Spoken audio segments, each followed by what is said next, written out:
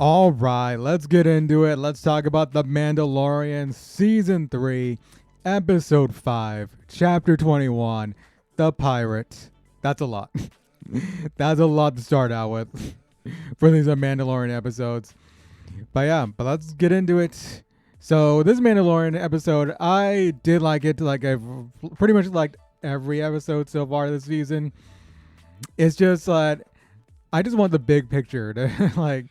I like big. Is that a big? Is big picture the right word? But I want to see the big picture of their season. I want to see like the main antagonist pop in, and we really haven't seen that with this episode until I guess the end where they kind of clued you in and kind of confirmed that yeah, we will see someone return. And of course, this is spoilers, so if you've not seen that episode, tune away now. So yeah, but we start off with the antagonists we saw in episode 1. Those pirates led by Gorian Shard. Look at this dude. Swamp Thing is back. Swamp Thing. So yeah, look at this picture. I'm just like, yo, this part right here, under his mouth, the chin part, whatever. What's supposed to be his chin looks kind of really fake. Looks like just party confetti or whatever, or gift wrap or whatever. Something like that. Well, yeah, Gorian Shard returns with his pirates, who Greef Karga should never have let go in the first episode. We all were like, yeah, you should not have let them go. You should have took them all out right there. Right there. But of course, yeah, they're back. I think they would have been back anyways. But yeah, they're back. And they're just like wreaking havoc on Navarro, on the city of Navarro that Greef Karga is in charge of. And yeah, they're just destroying everything pretty much. I mean, you got the pirates destroying the everything, and they're even like, they even go into the school to drink, of course, like they wanted to in episode 1. So yeah, but yeah, we see Greef, of course, send his message over to Carson Teva returning. You remember Carson Teva, of course, like the X-wing pilot. But yeah, but he gets the message, and then next thing we see is Zeb from Star Wars Rebels casually strolling in. And I was just like, wow, okay. And I didn't know if it was him or not. I thought it was just one of his species, a Lasat. But as like when I heard him speak, I was like, okay, that's for sure. That was for sure Zeb from Star Wars Rebels. But it's crazy just to see him here. And it was also confirmed in the credits that it was Zeb and was the voice actor that did the voice for him. I forgot his name. But yeah, but he's in the credits, of course. But yeah, but Zeb just looking good, man. He looks good in this, and it's awesome to see him here. I mean, of course, when Star Wars Rebels, cool to see a character like it's like the first one of the main Star Wars Rebels crew that's been spotted in live action in one of the shows. I mean, I know they had a trailer out for Ahsoka, of course, and we're gonna see Sabine and Hera in there. But just to see Zeb in here is pretty awesome. CGI was pretty good. The CGI was actually pretty spot on. And like the question is he gonna return in Ahsoka? Because I'm kind of thinking, yeah, that CGI might be too expensive for him to show up in Ahsoka. I mean, I hope he does at some point, but maybe this was just to show that he's an X-wing pilot now with the New Republic. I think that's pretty cool to show him. But yeah, but I'm hopeful he does show up in Ahsoka. But anyhow, good to see him here. Good to see Zeb in with live action right here. That's pretty awesome because I didn't think he would actually show up in live action, but he did, and it's awesome. But yeah, but of course, Carson Teva gets that transmission from Greef, takes it to Tim Meadows, who shows up. So if you didn't know who Zeb was, of course, you know who Tim. Well, you may know who Tim Meadows is if you're I don't know. You've watched Saturday Night Live back then, I guess, or watched different shows. You know who this guy is, even if you don't know his name. But of course, he works with the New Republic, of course. And of course, Elia Kane shows up too. He goes over to Tim Meadows saying that Navarro needs help from the New Republic. And yeah, Tim Meadows is just like, yeah, they're not part of the new. They're not officially part of the New Republic. They're not like a New Republic planet. So yeah, we can't really send help there because there's other planets that are still in the system and still trying to get New Republic or trying to be part of the New Republic. So yeah, it's kind of showing that, yeah, maybe like, and it's another thing showing that, yeah, the New Republic's not all together right now. I mean, it's got some problems. They're probably trying to do their best, but yeah, they're kind of behind on stuff. And it is cool to see a liking in here, like connecting it to like the couple episodes ago. So yeah, so it's connecting. She's there. She's there being a little spy, I guess. We'll see. But that leaves, of course, Cards and Teva over to Mando, of course.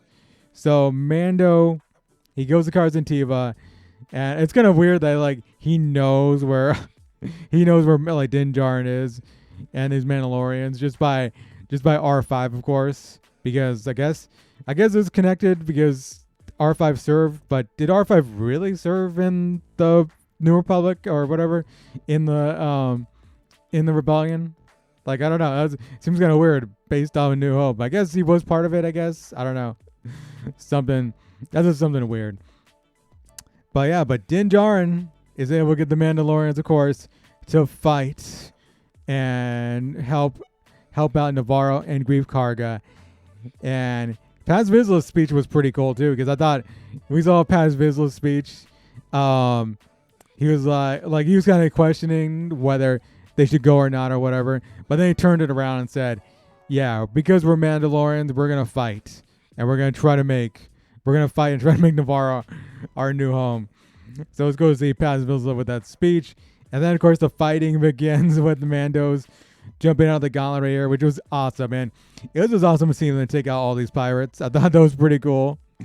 So, yeah, just seeing them jump out the gauntlet, pretty awesome with their jetpacks. Seeing them in action, just, yeah, working as a team to take on these pirates on Navarro. I mean, you have the armor, of course, like taking out some fools. I know you had Paz Vizsla using his minigun, which I thought was pretty awesome. Oh, I didn't include a picture of that. I wish I did. But yeah, the armor taking out those fools then was pretty cool. Paz Vizsla using his minigun.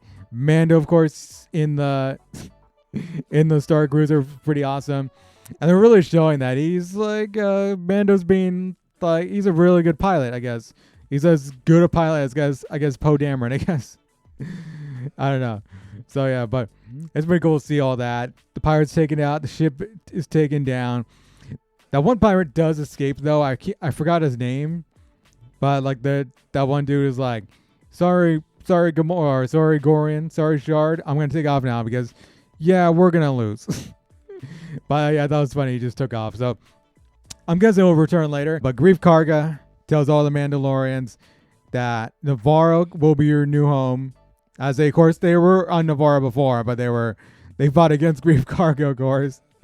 So yeah, so it's like, okay, it's kind of weird, but yeah, they're gonna be on Navarro now, and they're gonna be off that planet. They're gonna be off that deadly planet. Like I was like, yeah, definitely get them off that planet. They don't need to be there with the giant crocodiles and these like dragon birds swooping up and taking them, just like taking all these like Mandos away or whatever. So it's like, yeah, get them on like Navarro. Navarro's, I guess, safe. I guess there might be creatures, of course. You can still creatures in like season 1, but for the most part, Navarro's a good hope for them. And we go to one thing that was very unexpected is we saw the armor and Bo-Katan meet up, and of course, the armor told Bo-Katan to take off your helmet. That was very unexpected because I never thought like I would see the armor tell somebody to take off their helmet. But it's because she wants Bo-Katan to bring all the Mandalorians together because she's, I guess, part of both. Like she can be part of like the Children of the Watch, but she'll also be just like a regular Mandalorian, I guess. So yeah, she wants them to bring the Mandos together. So that's gonna be interesting because yeah, it's been kind of leading up to this, and of course she's confirming that yeah, you saw the Mythosaur, yeah, you're the one that needs to bring the Mandalorians together. So yeah, very unexpected because the armor seems kind of set in her ways. I guess she realizes that yeah, all the Mandos must come together here. So Bo-Katan seems to be getting a bigger story than Din Djarin in the season. Maybe she is like the Mandalorian for this season. But it's cool to see. Cool to see Kitty Sackhoff. And I mentioned before, cool to see her as Bo-Katan, and she's gonna have a big part, like bringing all of them together. But yeah, then we get Carson Teva again at the end, investigating a Lambda shuttle, and I was kind of scared for Carson here, because yeah, I was thinking, oh no, please don't kill him off here, please. Don't kill him off. Like, I was kind of scared, but he was investigating this crashed Lambda shuttle. Not this, like, it's not this Lambda shuttle, but it was one that was apparently carrying Gideon, or Moff Gideon. Of course, he finds like Moff Gideon is not there, and it's just a bunch of dead or New Republic officers. And the thing they left off on was him finding Beskar armor in the ship. So did some Mandalorians break Moff Gideon out? That's like the question, of course.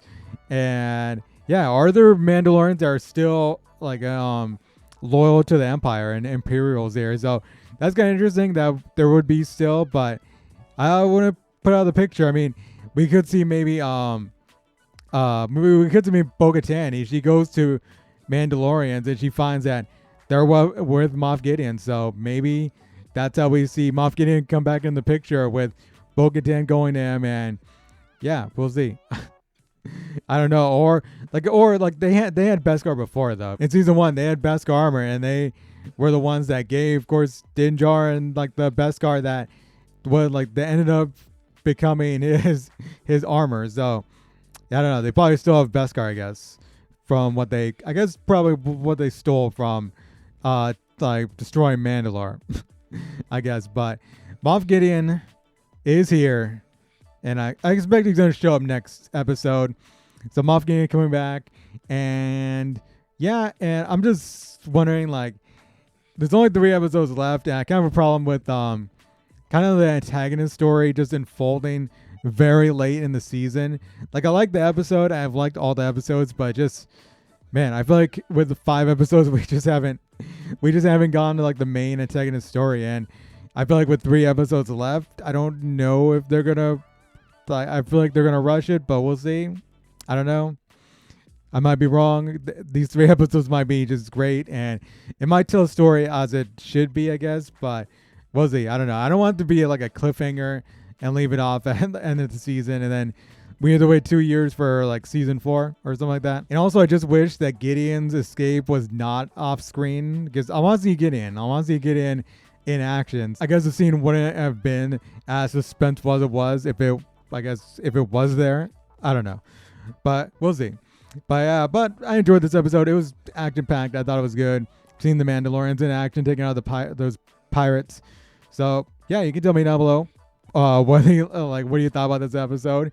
Tell me down in the comments, and stay on this channel for more Mandalorian reviews and Star Wars talk and movie talk. So yeah, so until next time, I'll see you guys later. Rebel out.